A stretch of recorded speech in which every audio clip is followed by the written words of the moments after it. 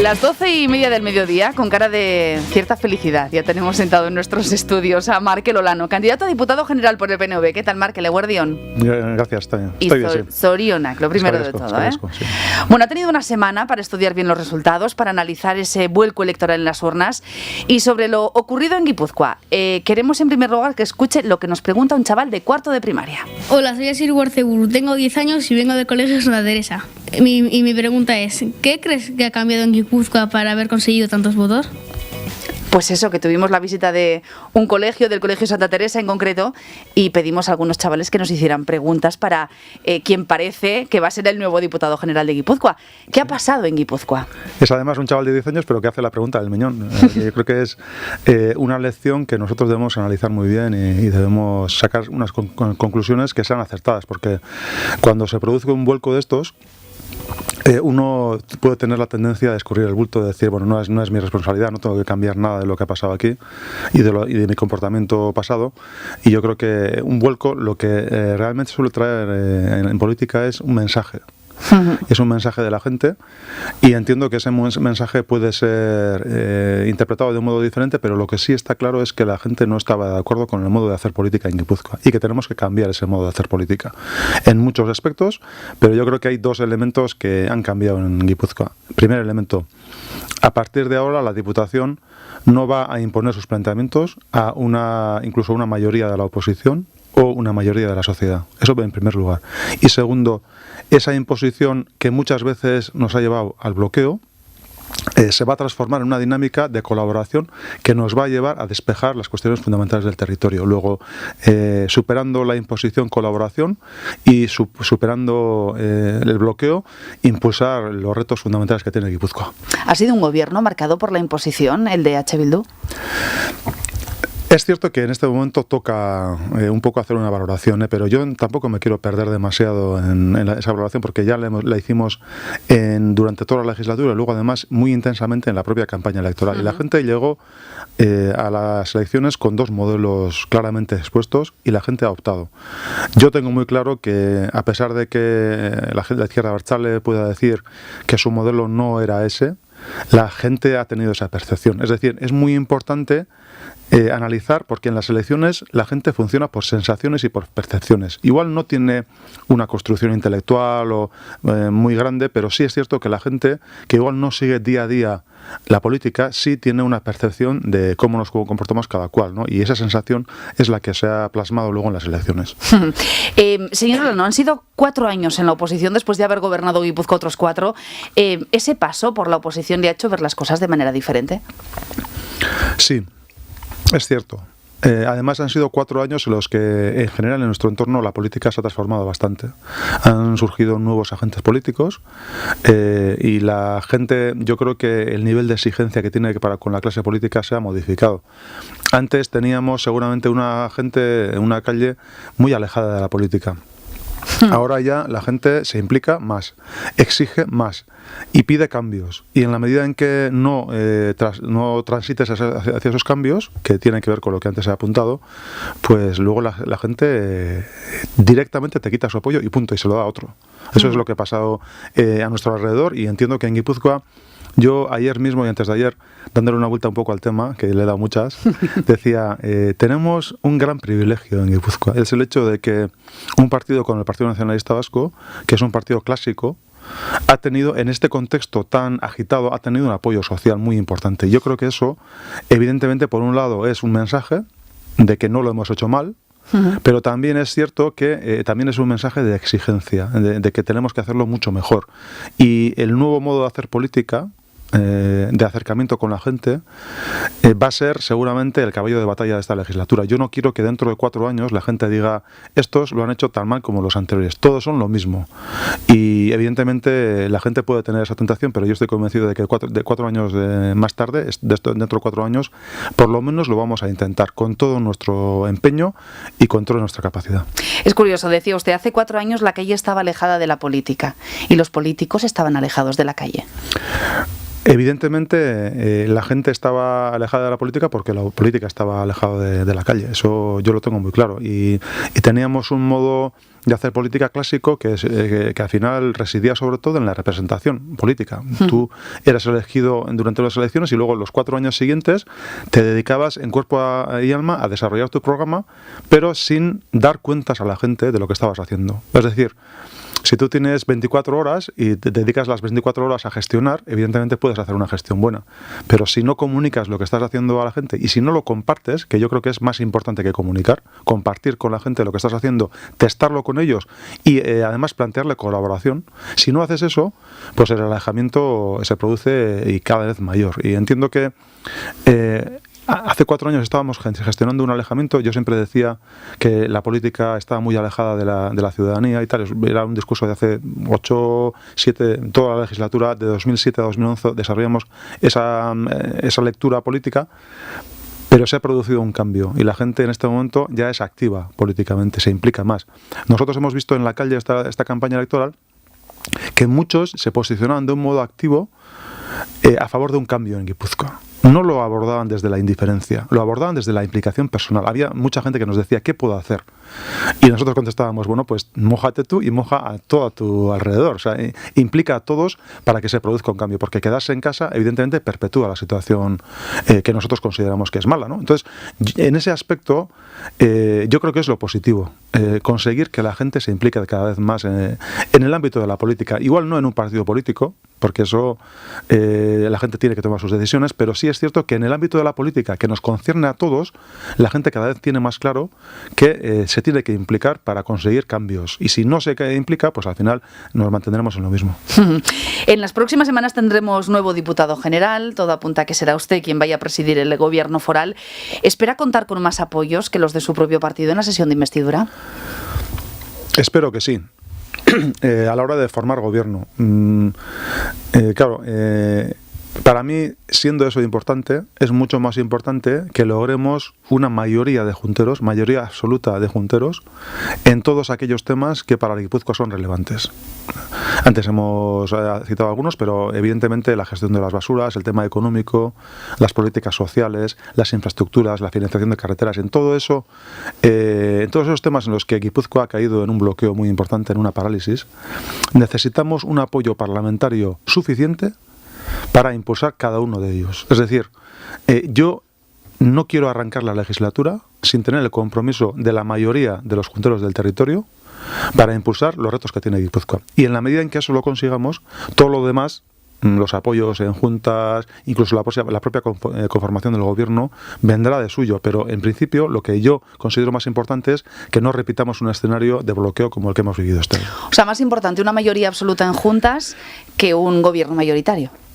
Pero mayoría absoluta en juntas, digo, a la hora de desarrollar los programas o las cuestiones que tenemos que son candentes. Es decir, que a la hora de poner en marcha un determinado esquema de gestión de los residuos, nos pongamos de acuerdo más del 50%. Es decir, que nos pongamos en más de 26 junteros en juntas. Eso ha quedado claro, pero ¿no le parece importante un gobierno estable, con una mayoría suficiente también para poder gobernar y no expuesto a lo que, bueno, pues en un momento u otro puedan decidir las Juntas Generales? Podría ser deseable, pero siempre vendría después de lo primero. Es decir, yo lo que no quiero es poner el carro delante de los bueyes. Yo creo que ¿cuál es el buey en este caso? ¿Qué es lo que considero que es lo prioritario y lo principal? Pues lo que hemos apuntado. Y luego vendrían las conformaciones de gobierno.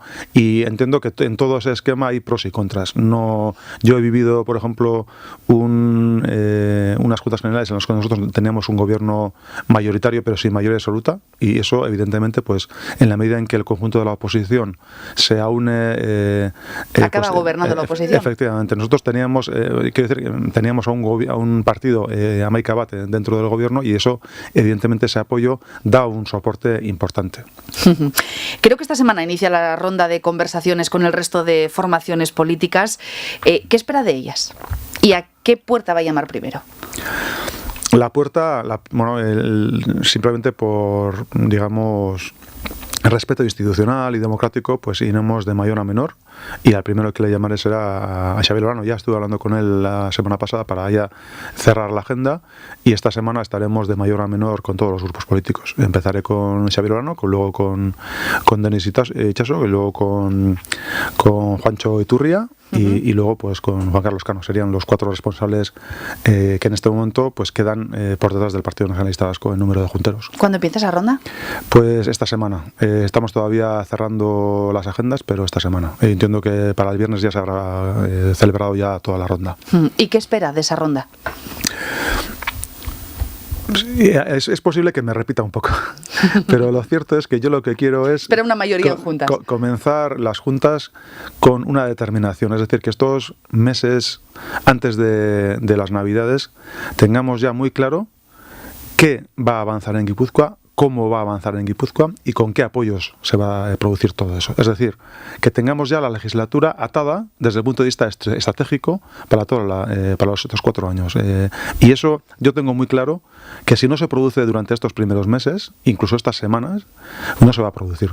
Si nosotros no conseguimos, y es nuestra responsabilidad, la responsabilidad del PNV, no conseguimos concitar una mayoría estable para la legislatura, esta legislatura desde el principio ya nacerá no sé si muerta o por lo menos nacerá descabezada, y yo creo que eso no nos lo podemos permitir. Quizá yo también me repita, pero ¿confía en conseguir un socio de gobierno?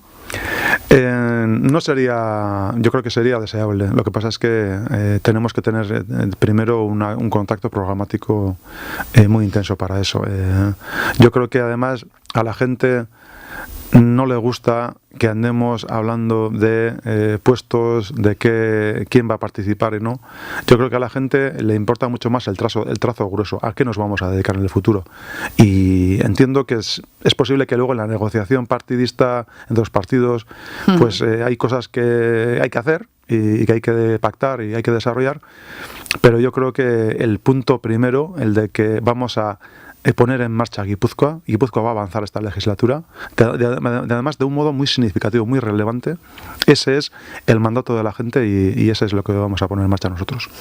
¿Usted apuesta por pactos municipio a municipio o por pactos globales que se sellen, digamos, desde las direcciones de los partidos? Lo cierto es que estamos en una situación muy compleja, porque es cierto que en Guipúzcoa también en muchos pueblos se ha producido un vuelco muy importante. Seguramente no hay pueblos más allá del de Andoain y algún otro más en el que pueda surgir alguna oportunidad diferente a la que ha conseguido el apoyo mayoritario, pero ese tipo de cuestiones yo las ubico dentro de un tema bastante residual, ¿no? Lo que pasa es que Guipúzcoa es relevante también desde el punto de vista del conjunto del país. Es decir, no podemos olvidar que en el Parlamento Vasco hay una situación política determinada, y yo creo que no podemos hacer comportamientos estancos. No podemos pactar con un partido que haga una posición a degüello en el Parlamento Vasco y que luego en Guipúzcoa logremos un acuerdo del 100%. Yo creo que esas inconsistencias políticas no son adecuadas y tenemos que llegar seguramente a un pacto general de país. Sería lo deseable. A mí no me gustaría que estuviéramos, depende de en qué situación, de qué territorio o qué esquema, estuviéramos abordando el tema en condiciones diferentes. Entiendo que en este momento es el conjunto del país el que requiere consensos políticos firmes, y el intento del PNV va a ser precisamente lograrlos. Dijo usted en campaña que veía muy improbable llegar a pactos con la izquierda abertzale, que prácticamente lo descartaba. ¿Se mantiene en esa afirmación? Sí. Me mantengo porque además yo no soy de los que hago análisis cortoplacistas. A mí me suele gustar hacer análisis a medio y largo plazo, y en esta cuestión estos 4 años de confrontación, de enfrentamiento directo, cruel, crudo con la izquierda abertzale, pues nos llevan a que evidentemente en la medida en que hemos tenido un soporte y un respaldo mayoritario de la ciudadanía, pues nos toca a nosotros la responsabilidad de gobernar y a ellos no. Ellos han recibido un mensaje que tienen que gestionar ellos mismos, pero lo cierto es que el enfrentamiento que no ha sido bidireccional, ha sido unidireccional. El enfrentamiento, la agresividad de la izquierda abertzale para con el PNV, en la medida en que el PNV era su principal contendiente electoral, en la medida en que era el que podía desalojarlos de las instituciones, ese pánico que les ha entrado y esa beligerancia, esa inquina contra el PNV que ha desarrollado la izquierda abertzale, yo creo que ha rebasado todos los límites. Y evidentemente eso ha roto muchos puentes, y esos puentes pues tocará seguramente gestionarlos e intentar superarlos, pero costará, yo diría que años. ¿Tiene ya conformado su futuro gobierno, su nuevo equipo? Esta legislatura, en ese aspecto no sabemos exactamente, antes lo comentábamos, cómo se va a formar el gobierno y con qué apoyos. Y yo esta semana la he dedicado a conformar el núcleo duro del gabinete. Ese ha sido el quehacer. Y bueno, sin dar nombres, porque me parece que no es elegante y no es adecuado, pero sí es cierto que yo hasta ahora el objetivo que tenía de conformar el núcleo duro del gobierno lo he logrado, y eso evidentemente me ha descargado mucho. Yo creo que el enfoque que tengo yo de la política no es de un liderazgo individual casi despótico, sino yo siempre he trabajado en equipo, y para mí es fundamental, en una responsabilidad tan fuerte como la Diputación, en una institución tan potente en Guipúzcoa, desarrollar un núcleo duro de gabinete que serían evidentemente conformados en principio por pocas personas, las que dirigirían el gabinete y las tareas administrativas básicas de la Diputación, y ese grupo ya lo he constituido, con lo cual estoy muy contento. ¿Y vamos a ver muchos rostros nuevos, sin dar nombres? Todo, esperaremos a todo el proceso, ¿no? Yo entiendo que seguramente con respecto a hace 4 años, evidentemente se va a tener que producir caras nuevas y se va a producir una transformación, eso es evidente. ¿Cuál va a ser su primera tarea cuando llegue a la Diputación? Bueno, pues al final las tareas administrativas lógicas, ¿no?, de nombramientos va a ser evidentemente lo primero, lo que toca hacer en la Diputación cuando accedes al gobierno. Pero junto con eso, evidentemente también es importante conformar un buen equipo de trabajo en el conjunto de la Diputación. Junto con eso comenzaremos ya a establecer la planificación de la legislatura y pondremos en marcha ya el plan de gestión, establecer un plan de gestión que aprobaremos antes del final de año, y en ese plan se establecerán las principales directrices y además cómo los pensamos poner en marcha. Es decir, un trabajo ordenado, planificado, que es el que toca. Lo hicimos ya la legislatura pasada y seguramente, siendo autocríticos, podría haber cosas que mejorar, pero eso yo creo que lo hicimos bien. Planificar el trabajo y realizar un trabajo muy compartido, muy de participación de todo el grupo de la Diputación para establecer las líneas maestras de toda la legislatura. ¿Qué es lo que más urge? Bueno, a ver, a riesgo de repetirme otra vez. Para mí lo más urgente es que tengamos establecido, antes lo he dicho, antes de fin de año, las líneas maestras de la legislatura y los acuerdos básicos para ello. Eso va a ser lo más importante. En el tema económico, ¿qué pasos vamos a dar? De apoyo y de fomento de la economía y de lucha contra el desempleo. En el ámbito de las políticas sociales, ¿cuál va a ser la línea maestra de trabajo? En el tema de la financiación de carreteras, ¿cómo vamos a conseguir que el tráfico internacional de camiones pues haga su contribución? En el tema de los residuos, ¿cómo vamos a gestionarlos para cerrar el ciclo ya de una vez y para no tener esta cuestión candente durante años y años? Yo creo que todos esos temas van a requerir ya una definición inmediata y eso es lo primero que vamos a hacer. Bueno, pues vayamos por temas. Hablamos de residuos con una nueva pregunta. Me llamo Ana Alcántara. Tengo 9 años, voy al colegio Santa Teresa. Mi pregunta es, ¿el proceso de recogida de basuras puerta a puerta va a seguir en Guipúzcoa? A ver, nosotros desde el punto de vista programático hicimos una apuesta y es la apuesta de formular compromisos claros, nada de literatura, claros. Nosotros dijimos, apostamos por el 5.º contenedor con chip. Es decir, pensamos que el sistema de recogida más adecuado es el 5.º contenedor y es el que vamos a desarrollar en todos los pueblos en Guipúzcoa. Lo cierto es que eso lo tenemos que hacer de la mano de la gente, que no podemos caer en el mismo error de la izquierda abertzale, que consideraba el puerta a puerta como el sistema más adecuado y desarrolló una imposición casi municipio al municipio en Guipúzcoa. Nosotros no vamos a hacer lo mismo. En la medida en que observemos que en algún municipio el sistema puerta a puerta es el que más adhesiones tiene por parte de la gente, pues nosotros no iremos en contra de la voluntad mayoritaria. Pero lo que sí tenemos claro es que se han celebrado más de 8 consultas en el territorio y en todas ellas la ciudadanía ha apostado por el 5.º contenedor. Ese es el modelo que nosotros defenderemos, pero siempre yendo de la mano de la gente. ¿Habrá incineradora? Antes lo decía, tenemos que cerrar el ciclo de las basuras en el territorio, tenemos que hacer un cálculo de las verdaderas necesidades de Guipúzcoa, pero una vez hecho el cálculo no vamos a seguir enviando nuestra basura fuera en camiones, eso está claro, y tenemos que tener un sistema de cierre y reevaluaremos y haremos un cálculo de las necesidades de Guipúzcoa, pero hecho ese cálculo, luego pondremos en marcha la infraestructura de cierre, que será una planta de incineración. Habla usted de la importancia de una mayoría en juntas y puede haber problema en el tema de la fiscalidad. ¿Va a suprimir el impuesto sobre la riqueza y las grandes fortunas? Porque si tenemos en cuenta los votos de EH Bildu, del Partido Socialista y quizá de Podemos, se queden solos, o en minoría por lo menos. Yo no sé cómo acabará esto, pero lo que sí digo es que esto va a ser para mí un tema estratégico de la legislatura. Es decir, yo esto no lo voy a colocar en un segundo orden. No voy a decir por la paz en una Ave María y aunque en esto no estemos de acuerdo vamos a tirar para adelante. No. Esto va a estar en el meollo de la discusión. Y cuando decía que, por ejemplo, también en fiscalidad necesitamos un apoyo mayoritario en juntas, en esta cuestión también necesitamos un acuerdo. ¿Cómo piensa lograrlo? Bueno, pues evidentemente sentándonos y negociando. Y además teniendo en cuenta que el que está desarmonizado es Guipúzcoa, pero la desarmonización compete y afecta al conjunto del país. Y es el conjunto de la comunidad autónoma vasca el que tiene instrumentos de armonización que tenemos que poner en marcha.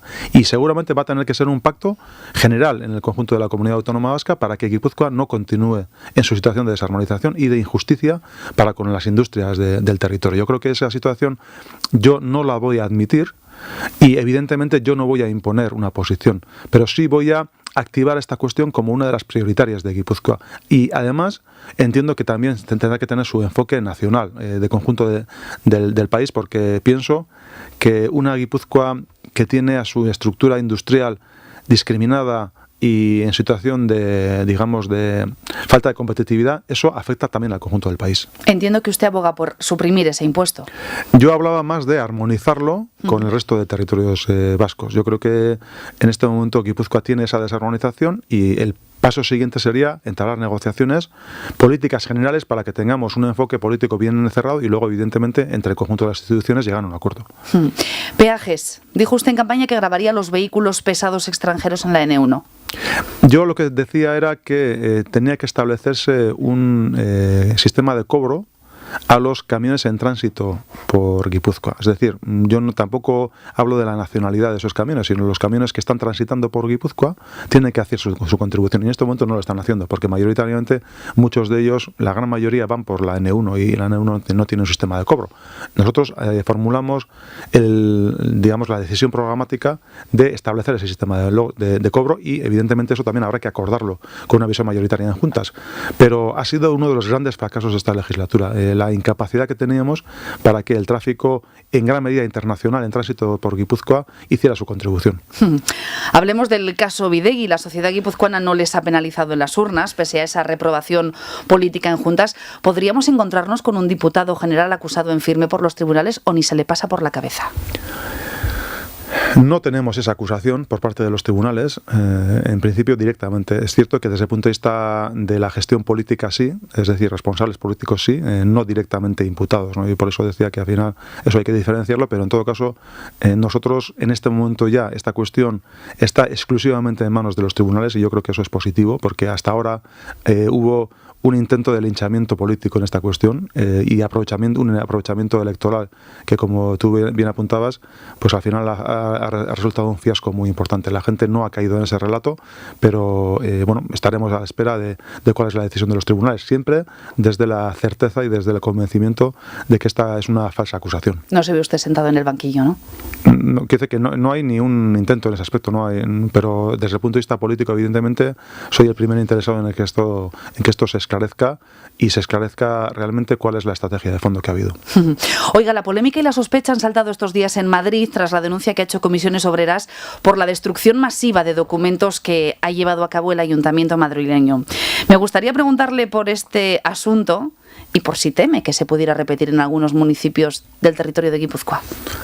No me gustaría que ocurriera eso, ni destrucción de documentos, ni tampoco, al final, acopio de información para su manejo después de estar en la institución. Yo creo que hay una legislación que protege los datos además, y nosotros, siempre que hemos estado en la gestión política, pues hemos sido escrupulosos con el respeto a la información. Cuando uno está en la institución tiene muchísima información y cuando sale de la información, de la institución, no puede quedarse con esa información, no puede gestionarla de un modo partidista y parcial. Y entiendo que además la izquierda abertzale, en este caso esta legislatura, ha hecho un uso partidista de la información, y nosotros evidentemente, pues como no puede ser de otra manera, haremos una gestión respetuosa y escrupulosa. Hay que mantener y hay que respetar la ley, no solamente nosotros, sino todos los demás también. Comisiones alega que la decisión de destruir correspondería en cualquier caso a la corporación entrante. ¿Sería más lógico? No sé si destruir información es un tema que tiene lógica o tiene sentido. Yo creo que en este momento... Por el tema de que no haya tanto papel en el ayuntamiento. Sí, bueno, pero evidentemente se puede destruir papel en la medida en que ya se ha digitalizado ese papel. Si existe un sistema para que el contenido, la información de esos documentos se pueda preservar en servidores, yo no tengo ningún problema. Ahora, destruir la información que a ti no te interesa que se perpetúe, yo creo que eso es más grave. O llevarte el papel que es de dominio institucional y que tiene digamos, un control también de datos desde el punto de vista legal bien establecido, pues todo eso yo creo que bordea lo ilegítimo, y evidentemente nosotros no incurriremos nunca en eso. ¿Hay ya fecha para la sesión de investidura? Creo que este año podría ser más pronto que en otros años, vamos. Nosotros quisiéramos que la investidura fuera antes de San Juanes, esos días antes de exactamente eso. Evidentemente será la mesa la que haga la convocatoria, pero quisiéramos que ya para después de San Juanes, en el mes de julio, ya tuviéramos en marcha ya la Diputación. Creo que el primer pleno es 2 de julio, primer pleno itinerante. No tengo esa fecha, no sé si está convocado, pero todavía tenemos que gestionar todavía, por un lado, la propia constitución de las juntas y luego también la designación del diputado general. En adelante, pues no sé exactamente cuáles son las fechas. Bueno, pues veremos qué ocurre con ese gobierno foral, si es un gobierno foral en minoría, con una mayoría absoluta en juntas generales en favor de que Guipúzcoa siga avanzando. Veremos si al final hay socios de gobierno, que está, como ven, muy interesante el tema político postelectoral en Guipúzcoa. Markel Olano, mila esker. La beste da tarde. Venga, agur.